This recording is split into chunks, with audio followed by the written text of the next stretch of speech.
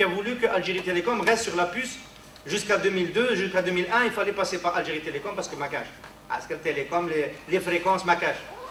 Après, on a ouvert et on s'est rendu compte que collectivement, avec 3 opérateurs, c'est tout le monde qui gagnait et chacun gagnait plus dans son secteur. C'est un peu comme ça qu'il faut raisonner au niveau de l'économie. Ça ne sert à rien de maintenir ce biais-là qui étouffe et qui fait perdre tout le monde en même temps. Voilà. Donc, ces grèves de 4 jours avec un nombre important de personnes, et puis 4 mois, pardon, bien sûr, 4 mois. Cette grève de 4 mois avec un nombre important de personnes, et ce nombre très réduit de personnes qui vont brûler quelque chose ou couper la route et qui obtiennent ce qu'ils veulent. C'est-à-dire, si on est dans une perspective à long terme, bien sûr, on peut considérer que justement cette opération de grève de 4 mois va se multiplier, il va y avoir de nouvelles organisations de la société civile, et ça va avancer, ça créera une force et on peut y aller. Le problème, c'est que nous parlons d'urgence, nous parlons du Titanic, on ne peut pas parler du Titanic et croire qu'on va attendre que la société civile s'organise pour qu'elle puisse faire quelque chose. Je crois que l'environnement d'aujourd'hui, l'environnement justement qui obéit aux 4 personnes qui vont fermer la route et qui n'obéiraient pas aux 400 personnes qui vont faire la grève de 4 mois. C'est ça la question. Donc, si on n'a pas changé cet environnement, donc si on n'a pas changé ce système de gouvernance, donc s'il y a un effort à demander à la population pour se mobiliser, c'est celui de dire mobilise-toi pour qu'il y ait un changement de système de gouvernance et bien sûr exige le niveau de gouvernance que vous voulez exciter, qui soit clair, net et précis, ce que j'ai appelé les points que j'avais développés entre autres. Mais si on reste dans un discours où on a encore le temps de faire, bien sûr, on peut attendre que la société civile s'organise, on peut attendre que les choses vont fonctionner. Je ne crois pas. Vous avez parlé du logement. Aujourd'hui, quelle est l'inquiétude d'un chef de daïra? C'est que les bâtiments en construction se terminent. C'est paradoxal, parce que l'État, quand il est là, il offre quelque chose aux citoyens, c'est le moment de faire la fête. Ce n'est pas du tout le cas. Alors donc, vous voyez que nous sommes justement dans un environnement qui, s'il n'est pas changé, on ne peut pas faire grand-chose, à mon avis. Mais là, je peux parler à titre personnel, parce qu'il y a des thèses différentes. C'est que la clé, ou alors elle n'existe pas, ou alors en 100 morceaux, ou alors elle est distribuée entre tellement de personnes que appeler à ce qu'ils réparent cette clé qui déclenche ce changement est nécessaire, il faut continuer à militer, mais il y a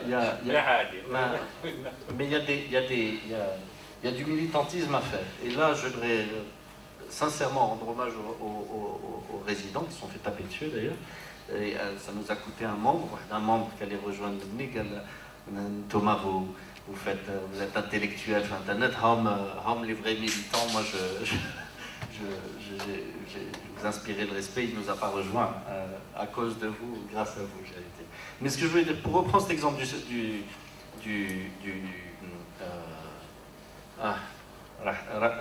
l'acronyme du CNPC. CNPC, c'est bien. CPMC. Prenons cet exemple. Demander aux patients d'aller se plaindre au directeur d'hôpital, c'est tout à fait compréhensible que les patients n'ont pas à se mettre devant l'hôpital où ils disent non, ils vont aller faire une manifestation, etc. Demander aux médecins de se plaindre, ils vont être mis à pied immédiatement. Pourquoi? C'est une idée totalement naïve. On rêve un petit peu. Pourquoi il n'y aurait pas quelqu'un qui publierait tous les soirs les stocks d'anticancéreux du CPMC? Publiez-les chaque jour. Mais vous savez quand il y a des pénuries.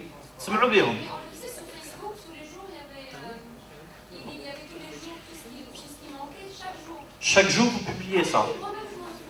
Bon, alors, s'il y a des représentants de la presse, rejoignez la page Facebook. Quand vous avez un ministre de la Santé qui vous dit qu'il n'y a pas de pénurie d'anticancéreux, et qu'il y a une page Facebook qui tous les jours publie les problèmes de pénurie, ça c'est du militantisme. Et quand vous dites jusqu'où on va aller, la route est longue, comme disait Hersel, qui milite depuis 30 ans. Je voudrais juste, parenthèse, juste signaler que peut-être le taux de pénétration d'Internet en Algérie n'est pas encore suffisamment élevé pour pouvoir faire de ce sort d'interpellation quelque chose, un mouvement social. Et ça, c'est dû à la clé A, encore une fois, malheureusement. Mais les journaux, nous avons la plus grosse distribution des journaux indépendants du monde arabe. Alors si les journaux pouvaient reprendre, s'ils étaient indépendants, s'ils sont indépendants, pour ceux qui sont indépendants, reprenez la page Facebook, tous les jours, première ligne dans un coin de la page. Au lieu de mettre la date na'afouha, Lyon, pénurie, hier il y a eu tant de pénurie au CPMC.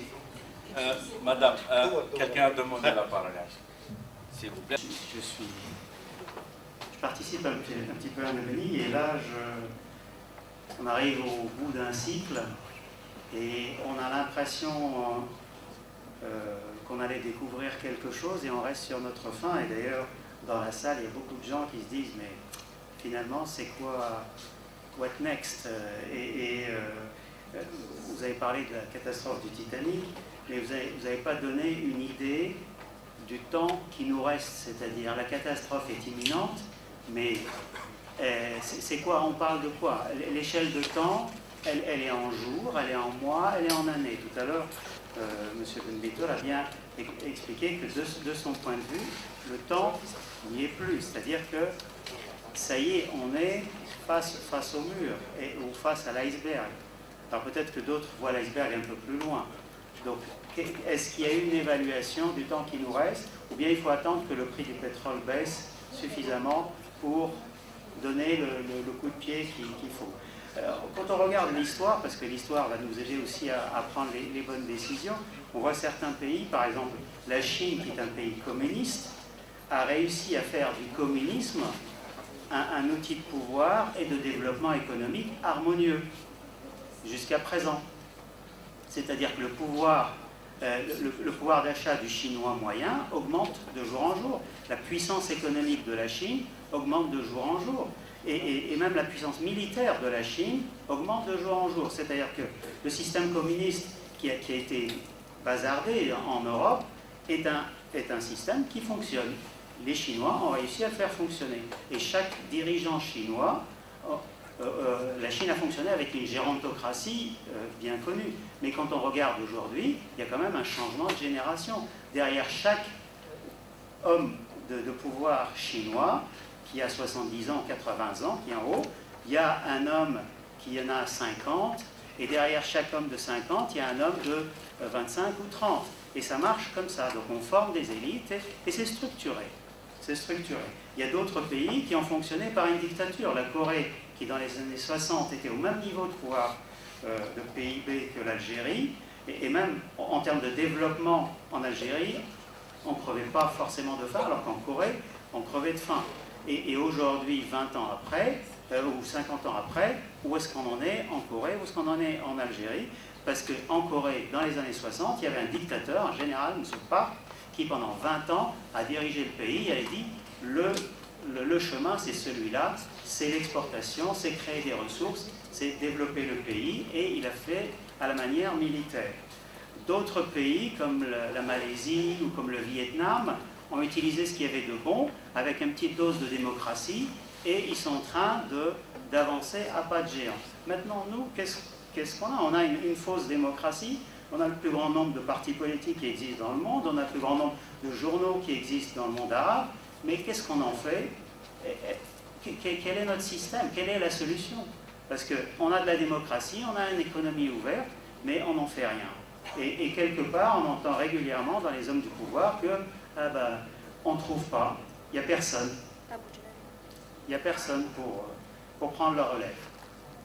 Donc, quelle est l'échelle de temps qu'on a et qu'est-ce que vous proposez comme solution pour sortir de tout ça? Intervenir comme membre de l'EPNI, d'une certaine manière, à propos de ce qui se pose comme question importante. Maintenant, le pessimisme, par exemple, des résidents qui ont mené une lutte très forte et qui ne voient pas d'aboutissement, ou l'interrogation sur les perspectives d'un tel débat, maintenant, où aller, au fond, etc. etc. Je crois que ce qui est intéressant, c'est que le travail qui a été fait a permis d'abord d'identifier, de mettre en avant un mythe. Ça, c'est très important. Le mythe qu'il n'y a que rien n'est possible. Ce mythe ne fonctionne pas seulement chez le petit peuple, pas seulement chez des dirigeants, des responsables administratifs, etc., mais aussi même chez des intellectuels, quand on renvoie à la notion de système, etc. Le fait de déconstruire un mythe, de le montrer comme étant, au fond, quelque chose qui empêche l'action, est particulièrement important.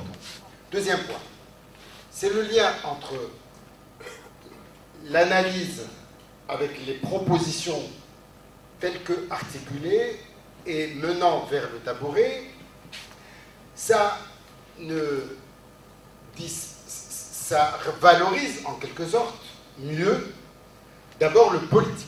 Le politique, par exemple, représenté ici par Sebel Betor, au sens de gens qui se positionnent à l'échelle de la réflexion politique et de l'action politique, où on voit que la question politique est majeure, que ce n'est pas parce qu'il y a à travailler techniquement sur tel ou tel aspect des choses que pour autant ça éloigne la responsabilité du politique. Pas du tout.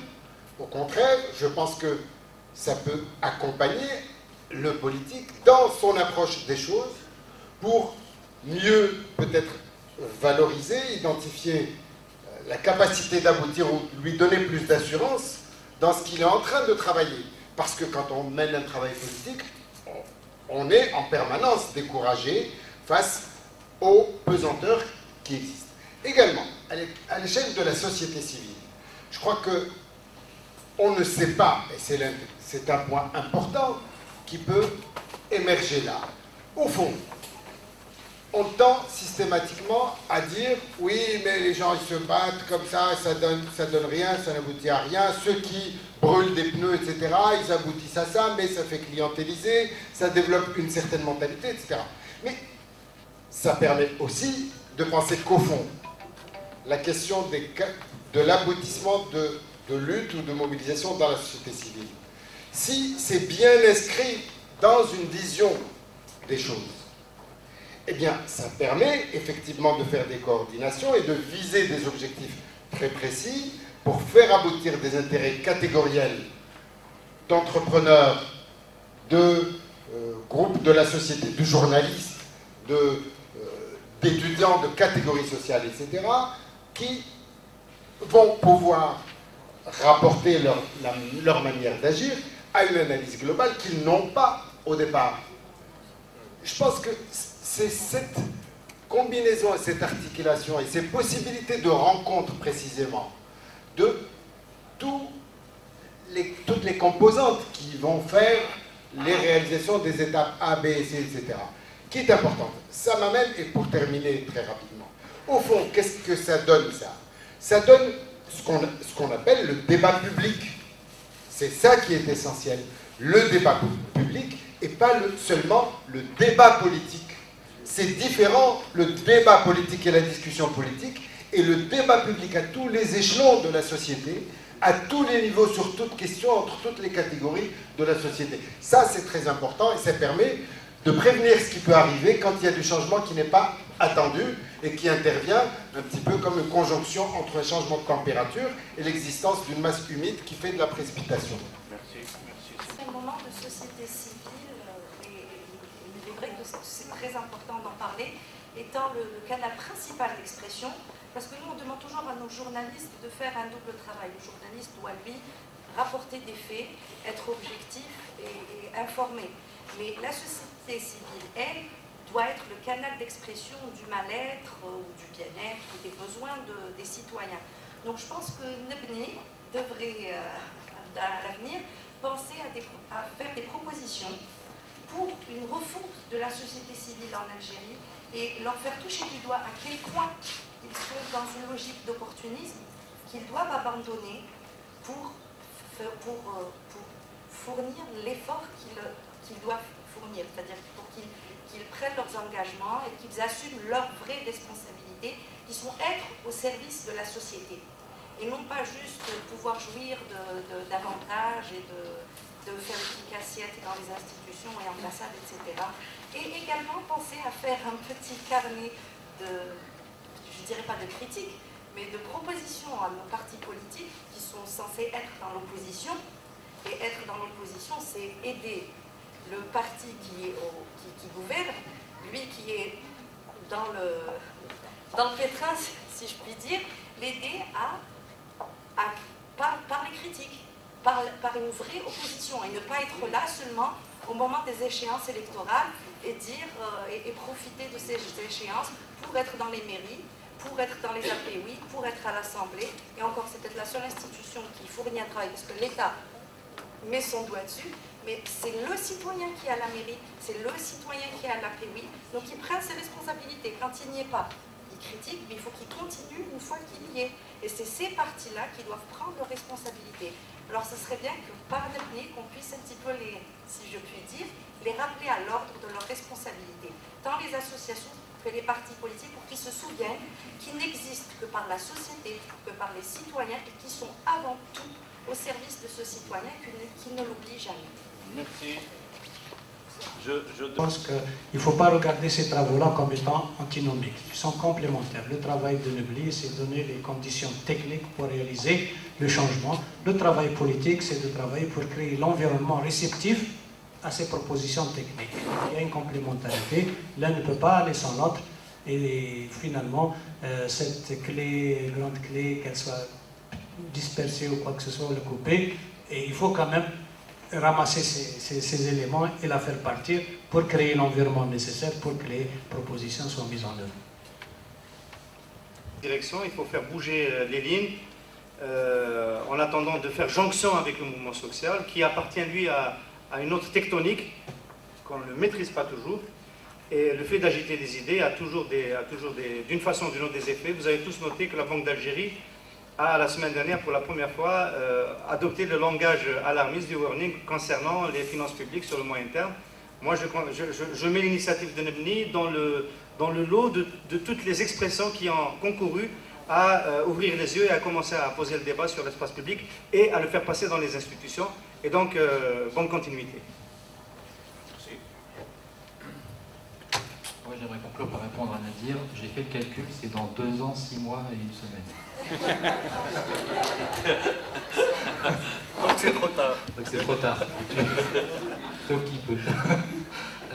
Non, en fait, qui en septembre 2010 aurait pu prévoir l'année suivante?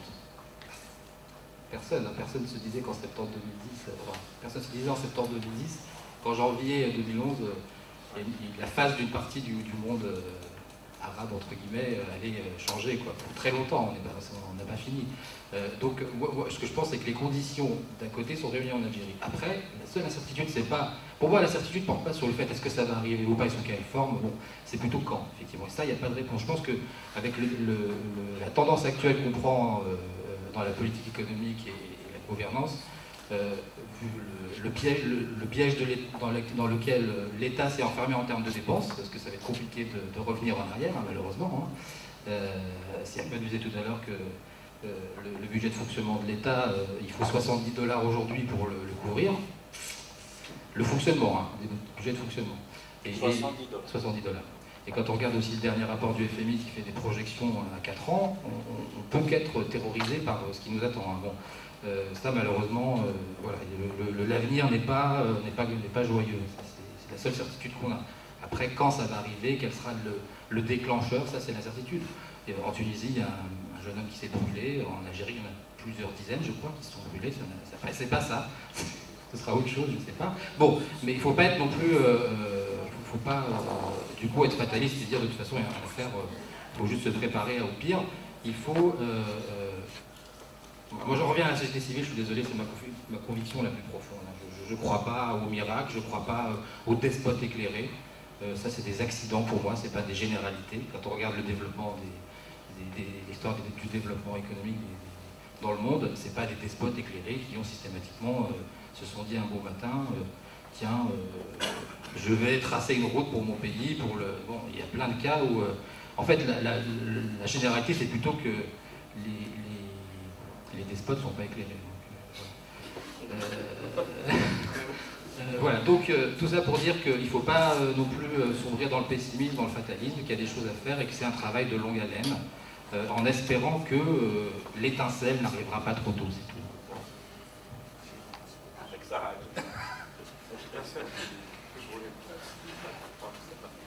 Juste un point sur qu'est-ce qu'on pouvait prévoir en 2000.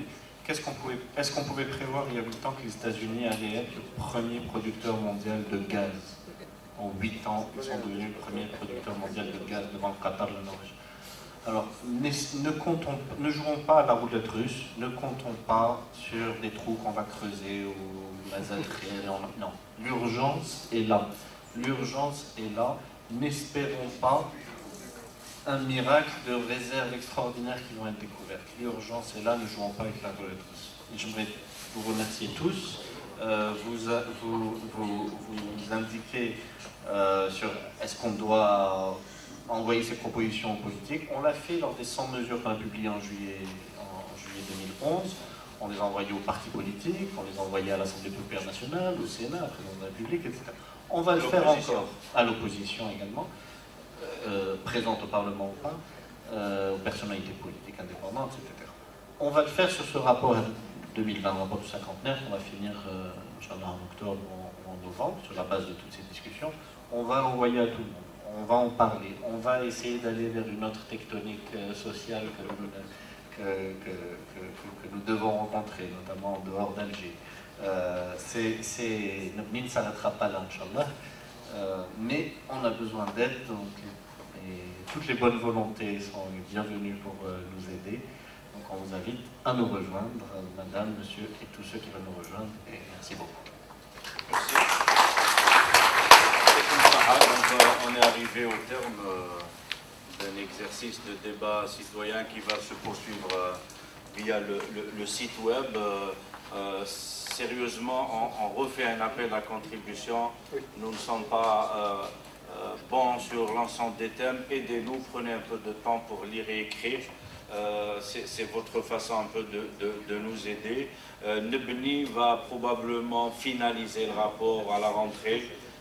J'aimerais bien que ça soit fin septembre, peut-être octobre.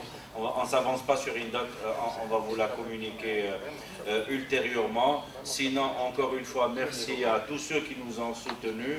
Merci aux membres de Nebni, notamment ceux qui viennent de loin, nos amis de Mestranum et d'autres wilayas, mais également nos amis comme Naji, Zoubir, Rostan et des tas d'autres qui viennent de loin, de très loin, en payant de leur poche, en sacrifiant la vie de leur famille. 18 mois, c'est assez lent. Donc je tiens à leur dire merci et on se donne rendez-vous à la rentrée pour présenter le rapport. Mais entre-temps, aidez-nous s'il vous plaît et bon, fin de week-end.